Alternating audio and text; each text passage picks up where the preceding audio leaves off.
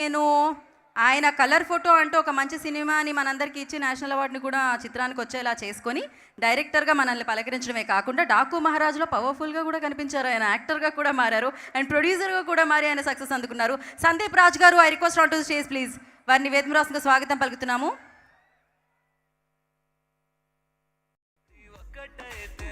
Welcome Sandeep Raj గారు, welcome to Vijayawada.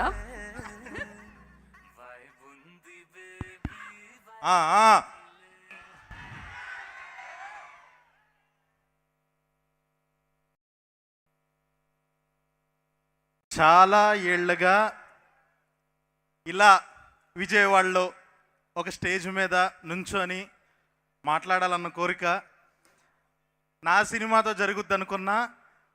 సినిమాకి కొంచెం ముందు మిరాయితో జరిగింది. చాలా చాలా ఆనందంగా ఉంది. ఫస్ట్ ఆఫ్ ఆల్ అందరికీ హాయ్.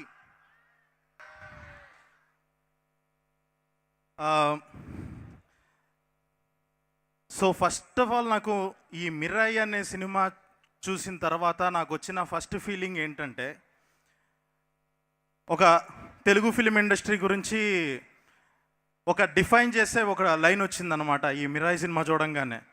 సో టాలీవుడ్ అంటే ఏంటి అని అంటే, హీరోలని దేవుళ్ళలా చూపించాలన్నా మనమే, దేవుళ్ళని హీరోల్లా చూపించాలన్నా కూడా మనమే అని.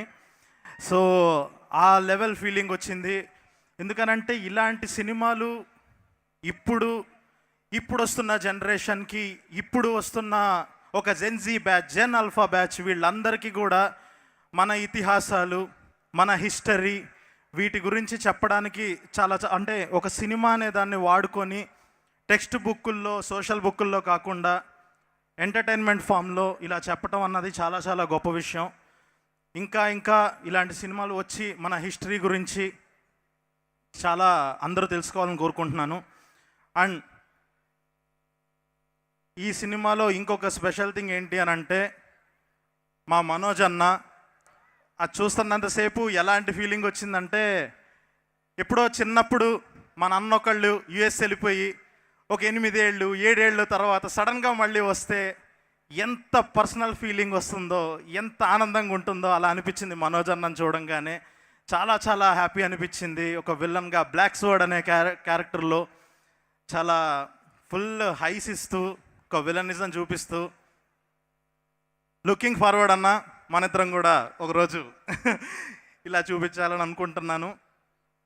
అండ్ తేజ సజ్జా ఈ కైండ్ ఆఫ్ జానర్ ఫిలిమ్స్ని ఇంకా ముందుకు తీసుకొచ్చి ఇంకా ఆడియన్స్ ముందుకు తీసుకురావాలి అని కూడా కోరుకుంటున్నాను. And congratulations Karthik Ghattamaneni director. ఒక ఈ కైండ్ ఆఫ్ బడ్జెట్స్లో ఈ లెవెల్ ఆఫ్ అవుట్పుట్ని తీసుకొస్తూ హాలీవుడ్ సినిమా రేంజ్లో చూపించి సినిమాని ఎక్కడా తగ్గకుండా కంప్లీట్ టెక్నికల్లీ ఇంత లెవెల్ ఆఫ్ రిచ్ ఫిలిం చాలా రోజులైంది మనం చూసి. సో ఇది ఒక బెంచ్ మార్క్ సెట్ చేసింది ఈ cinema. And Ritika, you did fantastic job. And ఒక బ్లాక్ బస్టర్ సినిమా కావాల్సిన బిగ్గెస్ట్ రూల్ ఏంటనంటే, ఒక strongest ever female character Shreya గారు ఇందులో ఆ క్యారెక్టర్తో పాటు సినిమాని కూడా చాలా హోల్డ్ చేశారు. So it's like phenomenal performance అసలు ఈ సినిమాలో మిమ్మల్ని చూడటం ఇలాగా. అండ్ ఫైనల్లీ నేను ఇక్కడ రావడానికి కారణం నా పర్సనల్ ఎమోషన్ ఈ సినిమాకి. ప్రొడ్యూసర్ విశ్వప్రసాద్ గారు నా టఫెస్ట్ ఫేజ్ ఆఫ్ లైఫ్లో నన్ను నమ్మి నాకు మోగ్లీ అనే ఒక సినిమా ఇచ్చి నా కళని ఒక ఎక్కడ తగ్గకుండా చాలా బాగా సపోర్ట్గా నిలిచి, నాకు చాలా సపోర్ట్గా నిలిచి ఈ సినిమా అయ్యేలాగా చేశారు.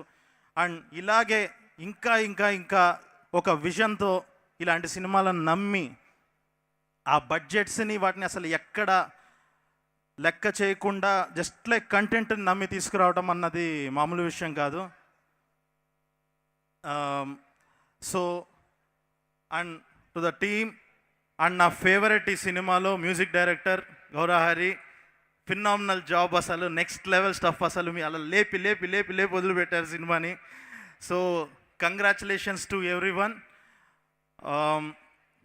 కృతి గారు, సుజిత్ గారు అందరూ ఎంతోమంది కష్టపడి సినిమాని ఈ లెవెల్లో నిలబెట్టారు. Congrats to everyone. And yeah, so ఫైనల్గా ఇంకెవరన్నా చూడకపోతే థియేటర్కి వెళ్ళి చూడండి, అస్సలు మిస్ అవ్వద్దు. థియేటర్లో అస్సలు మిస్ అవ్వకుండా చూడాల్సిన సినిమా ఇది. And last but the best, జై శ్రీరామ్. థ్యాంక్ యూ సందీప్ రాజు గారు, thank you so much. So అక్కడ నుంచి ఇక్కడి వరకు వచ్చి ఆయన సినిమా మీద, అలాగే పీపుల్ మీడియా ఫ్యాక్టరీ